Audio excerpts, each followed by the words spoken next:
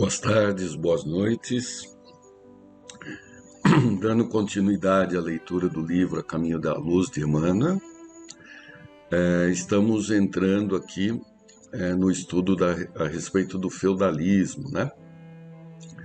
E Emmanuel, nessa transição entre a queda do Império Romano e o início do feudalismo, ele faz várias considerações, inclusive numa ida e vinda ao longo do texto. Então vamos lá. Terminamos na última reunião falando da obra de Carlos Magno, que numa tentativa de retomar o que seria o Império Romano, até denominado pai da Europa na época, né? Isso nós estamos falando alguma coisa já do século VI, né? Quinto para o sexto. E aí agora vamos entrar exatamente no feudalismo, em função do retorno de Carlos Magno para o mundo espiritual.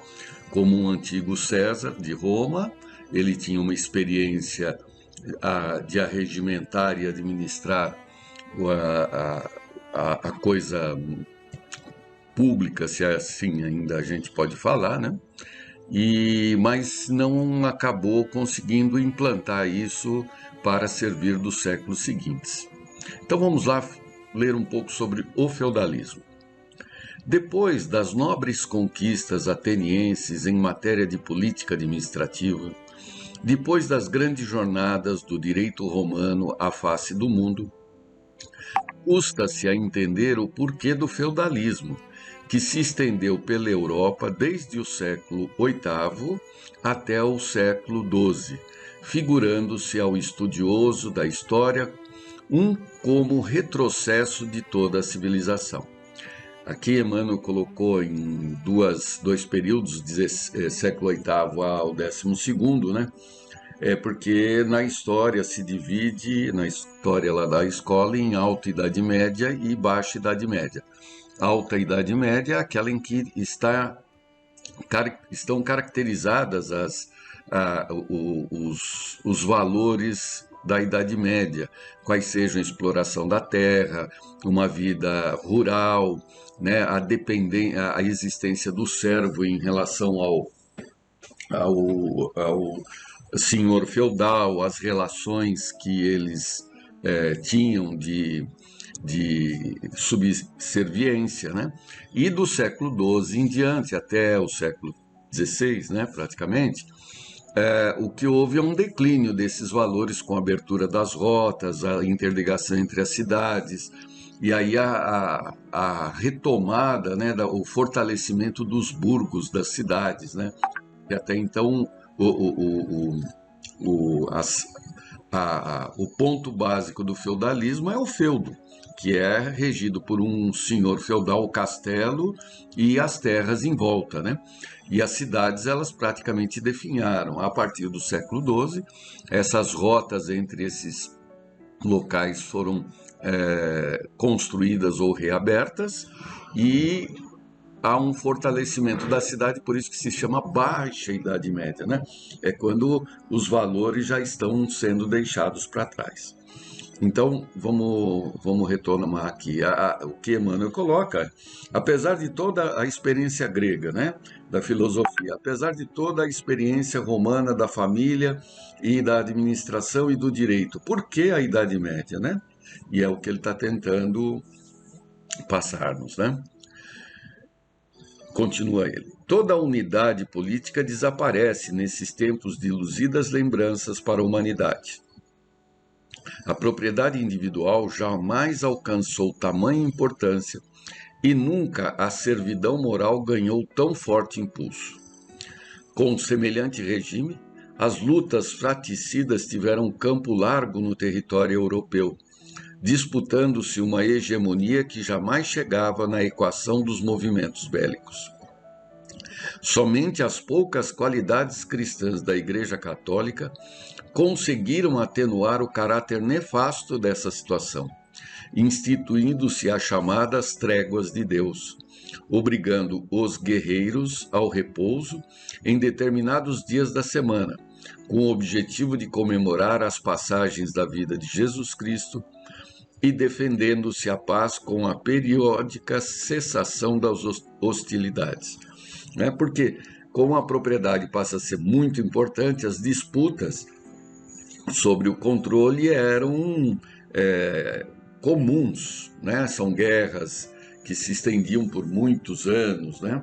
E sempre utilizando, e não é essa guerra que a gente conhece hoje, eram basicamente, os soldados eram camponeses com as suas enxadas, facões, né?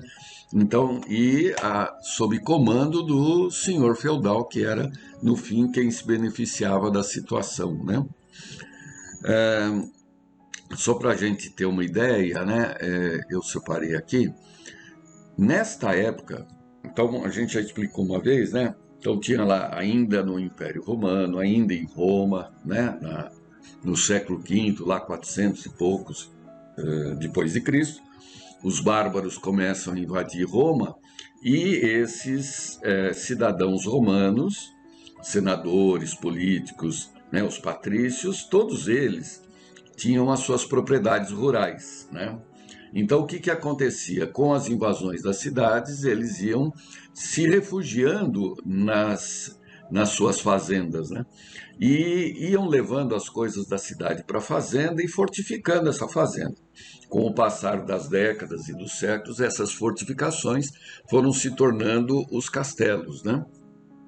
E a cidade, uma vez caída, né, uma vez derrubada e tomada pelos bárbaros, esses senhores feudais agora, né, se encastelavam literalmente, né?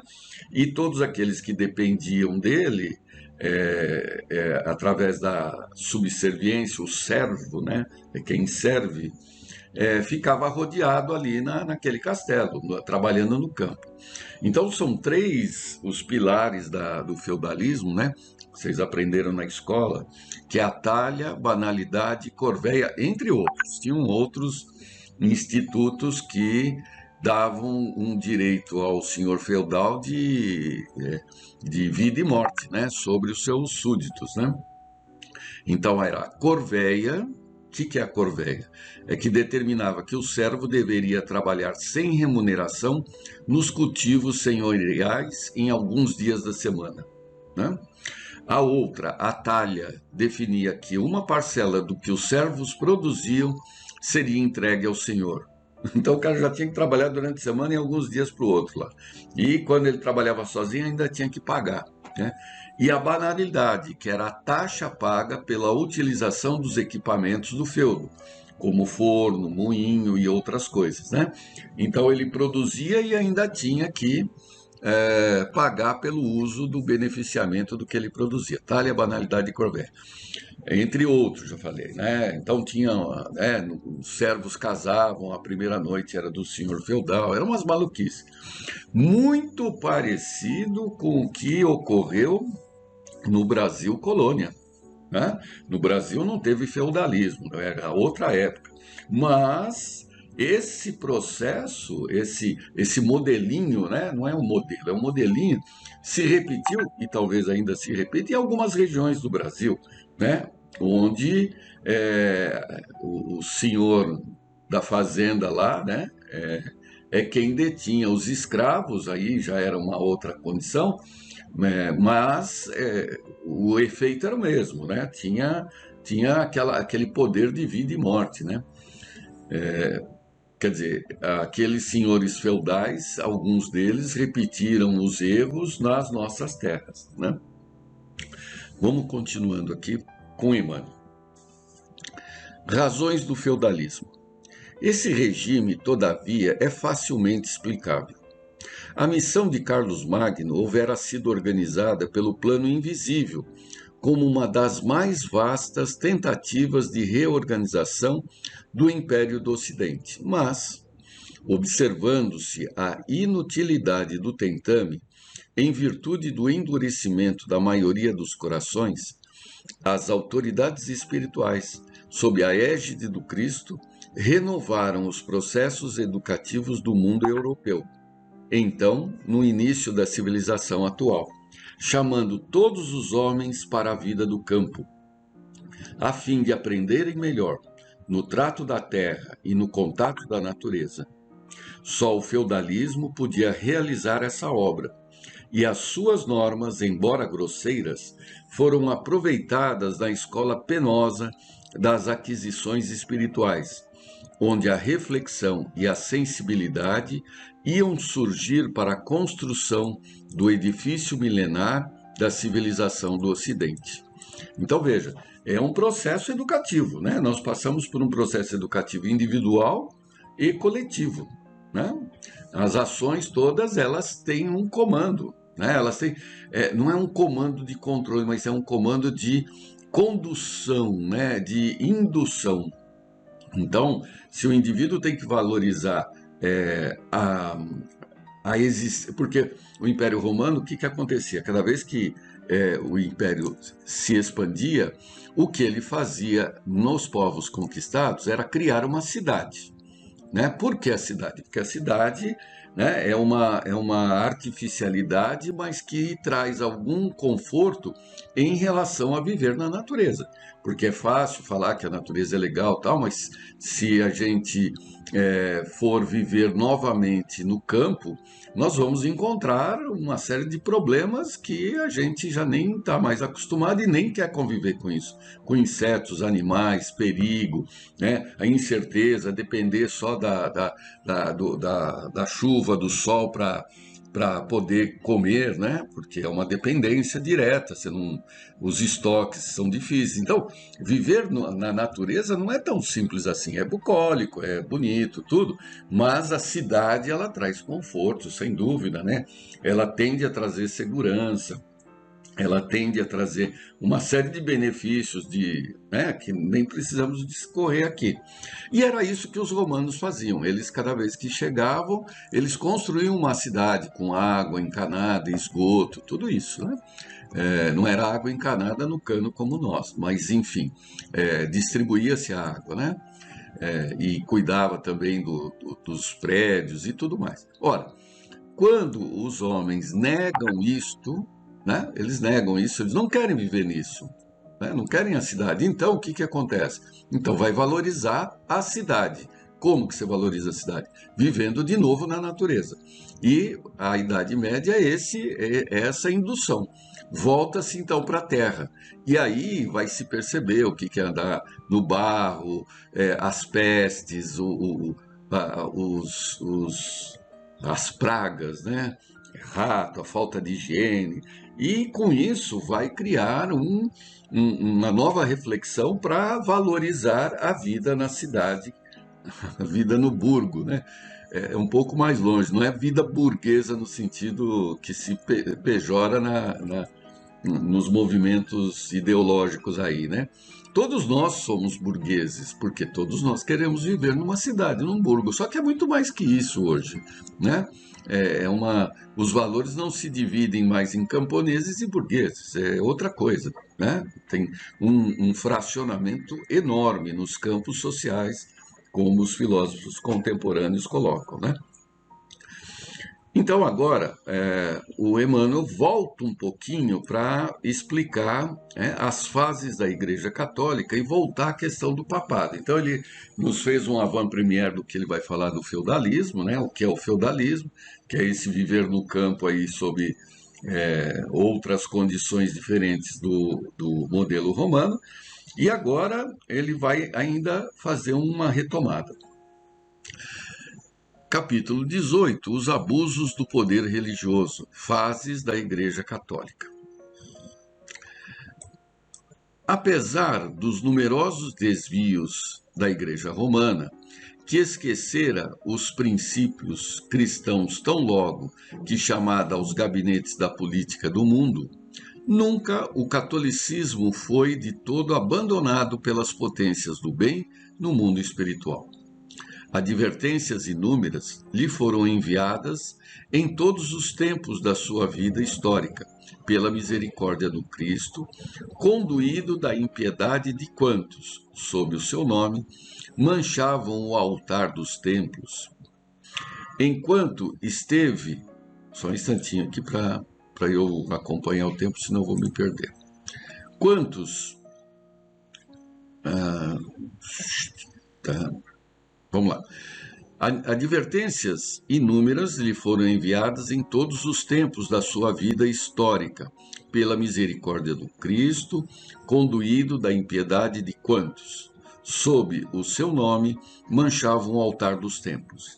Enquanto esteve subordinada aos imperadores de Constantinopla, a instituição católica trabalhou para libertar-se de semelhante tutela, procurando a mais ampla independência espiritual, somente conseguida depois do Papa Estevão II, em 756, com a organização do chamado Patrimônio de São Pedro. Então é quando a Igreja Católica, né, sediada em Constantinopla, que era o Império Romano do Oriente, se desprendeu completamente, né, da influenciação da Igreja Católica do Ocidente, né, de Roma. A esse tempo, os vários soberanos da época dispunham da Igreja de acordo com seus caprichos pessoais, conferindo dignidades eclesiásticas às consciências mais apodrecidas. A sede do catolicismo se transformara em vasto mercado de títulos nobiliárquicos de toda a espécie. Até depois do século X, semelhante situação de descalabro moral marchava para a frente num crescente espantoso. Os apóstolos do Divino Mestre, nas claridades do infinito, deploram semelhantes espetáculos de indigência espiritual e promovem a reencarnação de numerosos auxiliares da tarefa remissora, nas hostes da regra de São Bento.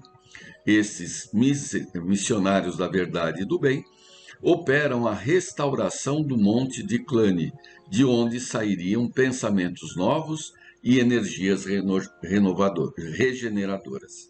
Bem, então, só para ser redundante, né? A Igreja Católica ela acaba se dividindo, né, no Império Romano, em Constantinopla, e continua aquela parte do Império Romano, aquela parte da Igreja Católica Romana, a partir de Roma. Essa do Ocidente, a partir de Roma, virou um caos, né?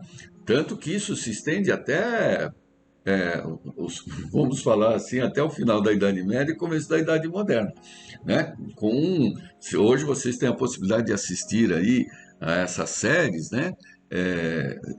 São situações que a gente é o caso de vergonha alheia, né? O que os papas fizeram, um horror, né?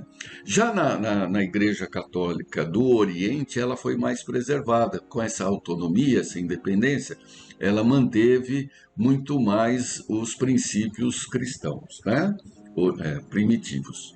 Já o que aconteceu na Igreja Romana, então, está aquele caos, então o que Jesus coloca?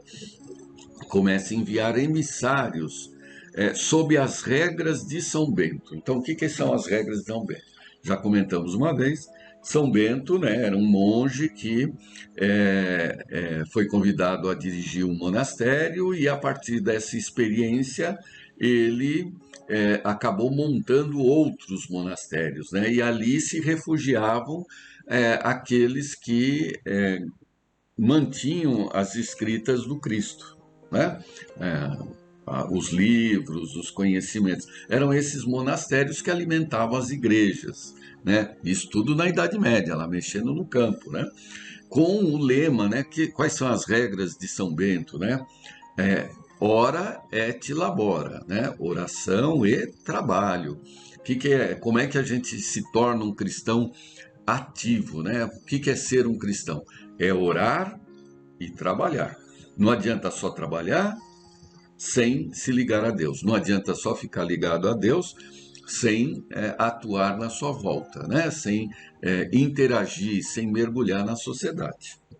Esse lema se mantém até hoje e é alguma coisa assim que inspira muita gente, muitas instituições e assim por diante. Só para vocês terem uma ideia,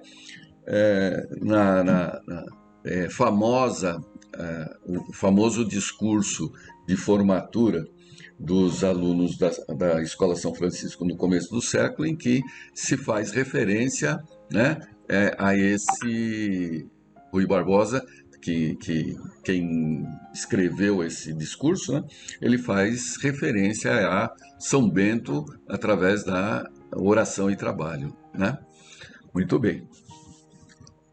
O mosteiro de Cluny, né, já é um daqueles que teve início no tempo de São Bento, que era em torno do ano 500, 530, né? E esse mosteiro de Cluny, ele foi seguindo e ele foi base para o desenvolvimento de algumas ideias, né? Ele e outros mosteiros, né? Monastérios, para a gestação das ideias das cruzadas 400 anos depois disso, né? Foi um período muito longo, dentro da Idade Média, né? Muito bem, ainda temos algum tempo, está estourando.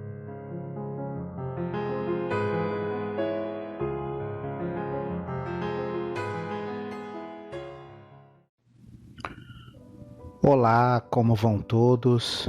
Espero que todos estejam bem, que todos estejam com saúde, em harmonia e paz com seus familiares. Nós vamos iniciar essa palestra doutrinária com a prece que Jesus nos ensinou.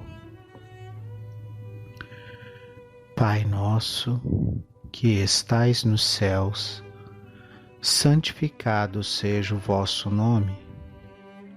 Venha a nós o vosso reino. Seja feita, Pai, a tua vontade, assim na terra como nos céus. O pão nosso de cada dia dai-nos hoje. Perdoa, Senhor, as nossas dívidas, na medida em que perdoamos os nossos devedores. Não nos deixes cair em tentação e livra-nos de todo o mal. Que assim seja, graças a Deus, graças a Jesus. Nós trouxemos para ler e conversar um pouco com vocês o item 9 do Evangelho segundo o Espiritismo, capítulo 14, honra a vosso pai e a vossa mãe, instruções dos Espíritos. Nós vamos ler um trecho de 3 parágrafos que trata da ingratidão dos filhos e os laços de família. Nós não vamos entrar propriamente dito nessa questão da ingratidão dos filhos e dos laços de família, mas da formação da família a partir do plano espiritual, da forma como nós fazemos as nossas escolhas e nos preparamos para reentrada na encarnação, né? E baseado nisso é que a gente vai ler apenas 3 parágrafos. Então os 3 parágrafos são o seguinte: quando o deixa a Terra, ou seja, no momento em que desencarna, né? Então, quando deixa a Terra, o espírito leva consigo as paixões ou as virtudes inerentes à sua natureza e se aperfeiçoa no espaço ou permanece estacionário até que deseje receber a luz. Alguns há, portanto, que se vão cheios de ódios violentos e de insaciados desejos de vingança, e alguns, dentre eles, porém, mais adiantados do que os outros, é dado entrevejam uma partícula da verdade. Apreciam, então, as funestas consequências de suas paixões e tomam resoluções boas. Compreendem que, para chegarem a Deus, uma só é a senha: caridade. Ora, não há caridade sem esquecimento dos ultrajes e das injúrias. Não há caridade sem perdão, nem com o coração tomado de ódio. Então, nesse primeiro parágrafo, o que a gente percebe? A primeira coisa que precisa ficar claro é o que somos nós, né? o que representa a nossa personalidade, o que é esse conjunto que a gente chama de espírito. E a gente já conversou isso em outras palestras, né? Mas é sempre bom relembrar. O espírito é algo imaterial, portanto, ele não está submetido às leis da matéria enquanto ele está desmaterializado. Não é o nosso caso. Então, quanto mais a gente está preso às condições materiais, preso no sentido de ligado a essas realizações materiais e a esse entendimento material. Quanto mais a gente está preso a isso, mais materializado nós estamos enquanto espírito, num trabalho incessante e contínuo de aperfeiçoamento de nós mesmos.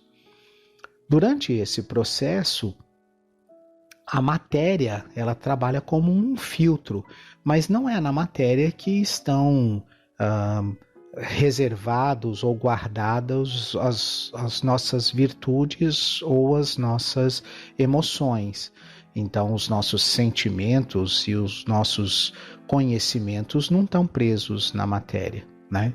É exatamente por isso que você não consegue, por exemplo, transferir as minhas memórias de infância para outra pessoa, lembrar do nome e do rosto da minha professora ou da minha mãe na infância, simplesmente transferindo alguns átomos do meu corpo para outro corpo, ou algumas partes de DNA do meu corpo para outro corpo. Você não faz com que o meu conhecimento, com que a minha memória, com que as minhas virtudes e os meus defeitos sejam transferidos para uma outra pessoa. Que bom seria se assim fosse, né? Já pensou?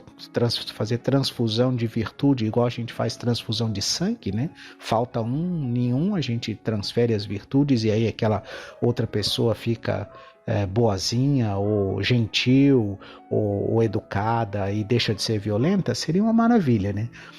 Mas não é assim que funciona. As virtudes são conquistas de cada um, conquistas de cada individualidade. E o conjunto que forma a nossa individualidade, ele tem emoções, que podem ser emoções boas ou emoções ruins, ele tem sentimentos, que podem ser sentimentos bons ou sentimentos ruins, ele tem conhecimentos, que pode ter uma grande quantidade ou uma baixa quantidade, e entendimento. Esse entendimento, ele vem da forma como a gente recebe as experiências que a gente tem em vida. Então, durante a vida, a gente vai construir elos de ligação com outros espíritos que nós chamamos de relacionamentos, né?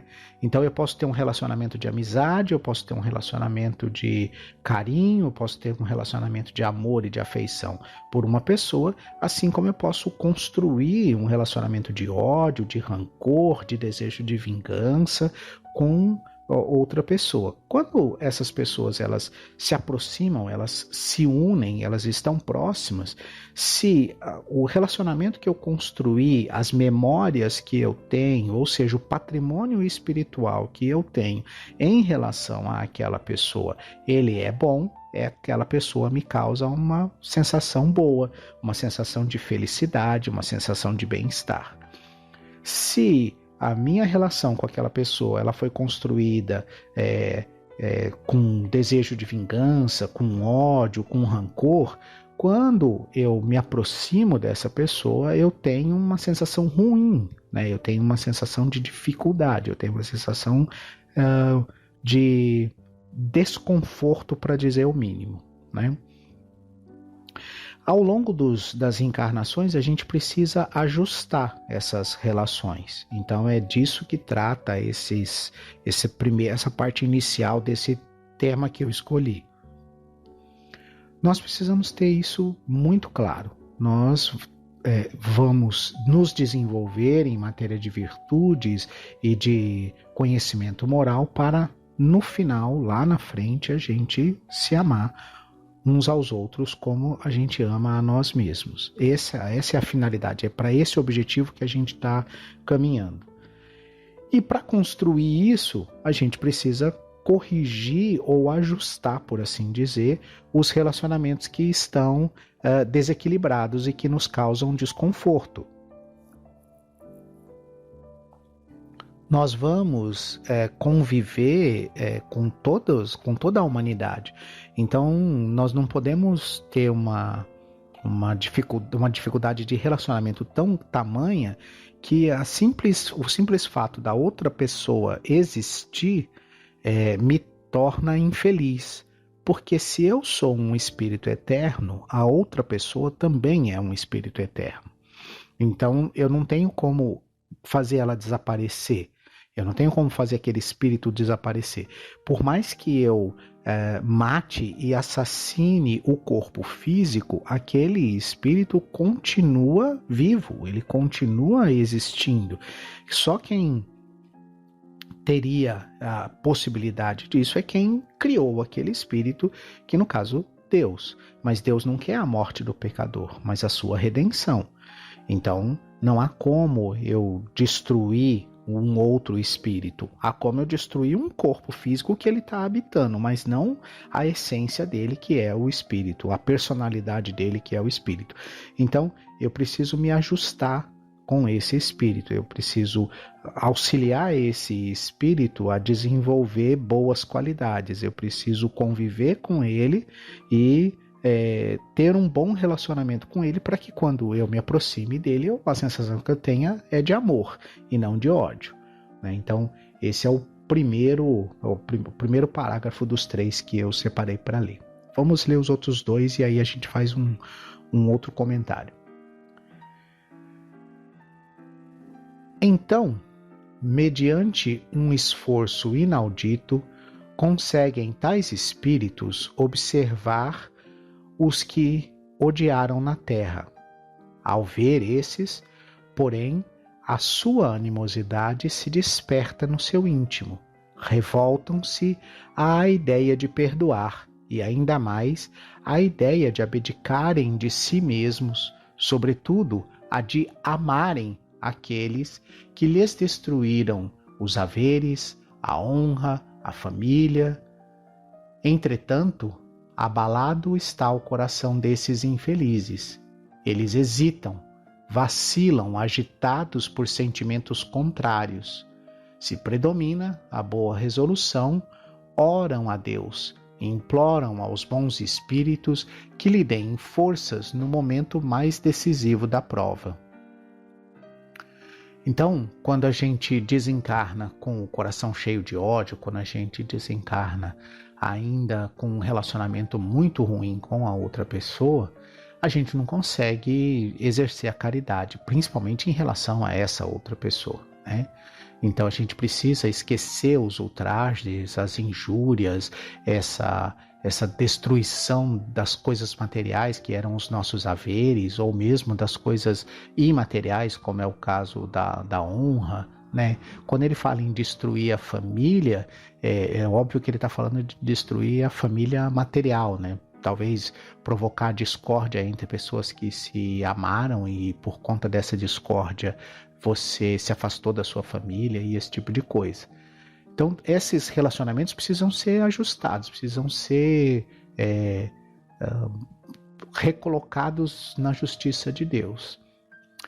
Mas o simples fato de nos aproximarmos dessas pessoas faz com que o nosso coração fique apertado, e eles fazem com que a gente lembre de todas essas dificuldades que foram provocadas.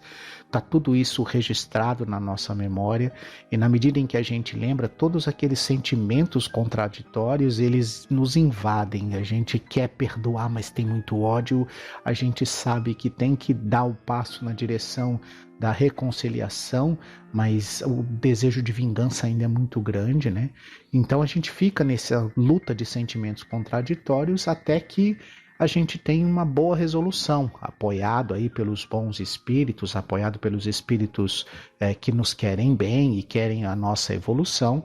A gente toma a decisão de, não, eu vou me esforçar, eu vou tentar resolver essa questão, esse relacionamento, seja lá com quem for. E aí a gente ora a Deus e implora aos bons espíritos que nos deem forças para que nesse momento decisivo da prova a gente decida fazer aquilo que é certo, que é ir em busca do perdão. Isso não é fácil, não é simples, mas é nessa direção que a gente tem que ir, porque é só depois do perdão que a gente vai desenvolver algum outro sentimento que seja o amor ao próximo. E para desenvolver esse sentimento, a prática da caridade. Então a gente precisa passar pelo processo de perdão, a gente precisa passar pelo processo de esquecimento das ofensas, das injúrias e dos ultrajes. Se a gente não passar por isso, a gente não vai conseguir ter caridade por aquele que nos ofendeu. E esse que nos ofendeu, com certeza, antes de nos ofender, porque senão ele não despertaria esse desejo tão grande de vingança, vamos colocar assim, que é o termo correto, né? Esse já foi alguém que a gente teve um bom relacionamento, já foi alguém que nos causava a alegria de estar com ele. E é exatamente por conta dessa decepção, por conta dessa alguma espécie de traição, é que a gente desenvolveu esse desejo louco de vingança e esse ódio, né? Então, em algum momento, em alguma encarnação, essa pessoa esteve próximo de nós. E agora? Agora que eu tomei uma boa resolução, agora que eu acho que esse é o caminho, é por aqui que eu tenho que ir, o que é que eu devo fazer, né? Como que vai ser o trecho, né? Então ele diz assim no trecho que eu escolhi aqui para vocês. Por fim, após alguns anos de meditações e de preces, o espírito se aproveita de um corpo que está sendo preparado na família daquele a quem ele detestou e pede aos espíritos incumbidos de transmitir às ordens superiores permissão para ir preencher na terra os destinos daquele corpo que acaba de formar-se. Qual será o seu procedimento na família escolhida?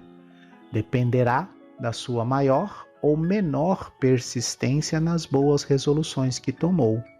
O incessante contato com seres a quem odiou constitui prova terrível, sob a qual, por vezes, sucumbe, se não tem ainda bastante forte a sua vontade. Assim, conforme prevaleça ou não prevaleça a boa resolução que tenha tomado, ele será o amigo ou o inimigo daqueles entre os quais foi chamado a viver, ou seja, o amigo ou inimigo daquela família, mesmo estando dentro da família como consanguinidade. É como se explicam esses ódios, essas repulsões instintivas que se notam da parte de certas crianças e que parecem injustificáveis. Nada, com efeito, naquela existência pode ter provocado semelhante antipatia. Para se lhe apreender a causa, necessário é volver, olhar o passado. Esse é o trecho que eu separei para a gente ler, para entender até por que a gente tem essa construção de família. Nós, não que na nossa família só vão ter pessoas que a gente odeia, né? Não que na nossa família só vão ter pessoas que a gente tem maus presságios e maus sentimentos. Pode ser até que a gente tenha bons presságios e bons sentimentos em relação a toda a nossa família. Mas é para você entender que para fazer esse reajuste, a pessoa de quem eu tenho essa raiva, esse rancor, esse ódio, esse desejo de vingança, ela precisa de alguma maneira estar perto de mim, estar próxima de mim, ser uma espécie de irritação constante, vamos colocar assim, ou de estímulo constante, como diz o Chico Xavier em uma das suas falas, né? De estímulo constante ao exercício da paciência, ao exercício da tolerância, ao exercício do respeito, né? Para que a gente consiga chegar ao exercício do amor ao próximo, né? E como não ser caridoso com aqueles que são da nossa família, né? Que têm os laços de consanguinidade, com aqueles com os quais, por exemplo, a gente dividiu a infância, né? Dividiu a adolescência. Então, nessa época de infância e de adolescência, essas paixões e essas dificuldades, elas estão mais amenizadas. Então, é mais fácil de construir alguma base de relacionamento mais saudável que no futuro possa nos direcionar para o amor ao próximo, e esse próximo seria muito próximo se estivesse na nossa família. Há outros relacionamentos que nos aproximam, por exemplo, as necessidades de trabalho, as necessidades de estudo e de esclarecimento, também são outras tantas necessidades que nos aproximam, que nos unem. E a gente se une nesse mundo pelas mesmas necessidades, por afinidades comuns, né? Então por harmonia, mas a gente também se une, como o texto mostra, por desarmonia, né? Então a gente pede para vir próximo dessas pessoas para que a gente tenha a oportunidade de reconstruir os relacionamentos, desconstruindo o ódio e construindo o amor. Esse tem que ser o nosso esforço do dia a dia. Eu agradeço a paciência de vocês me ouvindo, peço desculpas aí pelo engasgar aí, que de vez em quando eu engasguei, mas acho que ficou claro aí o ensinamento que a gente queria passar. Eu me despeço de vocês com a prece que Jesus nos ensinou. Pai nosso, que estais nos céus, santificado seja o vosso nome. Venha a nós o vosso reino. Seja feita, Pai, a tua vontade, assim na terra como nos céus. O pão nosso de cada dia dai-nos hoje. Perdoa, Senhor, as nossas dívidas, na medida em que perdoamos os nossos devedores. Não nos deixes cair em tentação e livra-nos de todo o mal. Que assim seja, graças a Deus, graças a Jesus. Fiquem em paz.